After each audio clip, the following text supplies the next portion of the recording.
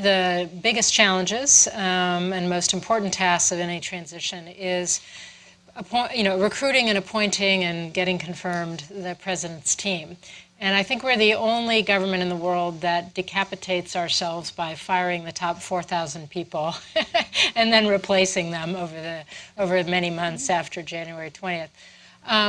So I wanted to start, Steve, by asking you whether we think about the recruitment process in the right way in the national security sphere. We tend to focus on getting individuals with the best policy expertise that we need. Should we be paying more attention to other skill sets, management, leadership? Should we be appointing people less as individuals as more as teams? Yep. I mean, how do you think, based on all of your experience, how do you think about getting the right national security team in place? I think we do it wrong. And I think we need to understand that good policy is a team sport. And the president ought to be thinking about his national security team as a team.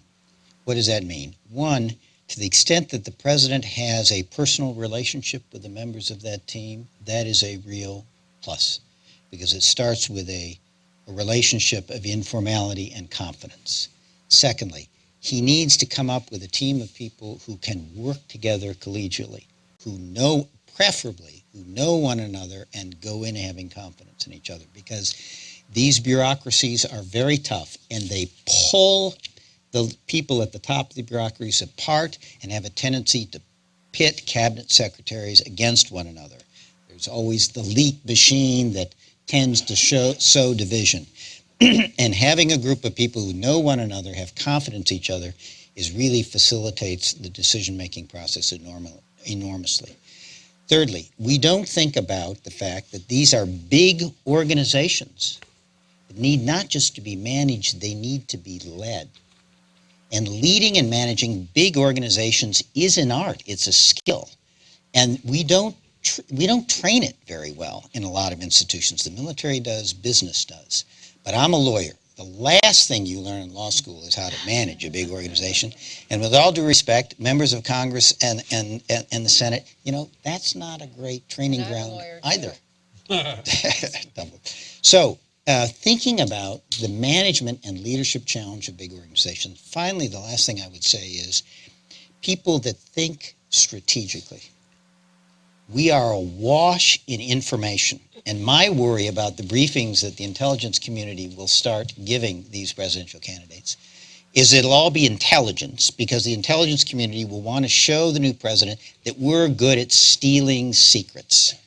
Well, the most relevant stuff, I think, for a lot of the problems today is not going to be what you stole. It's going to be, and second of all, they're going to want to show lots of information and lots of detail. And that's not what the president needs, especially if the president has not been in government before. The president needs to understand context. What's the history? What's the perspective of other players? How did we get from where we are in this problem? And then secondly, needs to start thinking strategically, which really means what are we trying to do and how are we trying to do it? George, one last thing. George Shultz has a book out 5 or 6 years ago, so what's Things on My Mind? And he tells a great story. He says that once a week when he was Secretary of State, he would go to his outer office and he would say, I'm going to close my door. I don't want to be disturbed for the next hour and a half, and left my wife calls or the president calls, showing that domestic policy trumps foreign policy, even for the Secretary of State.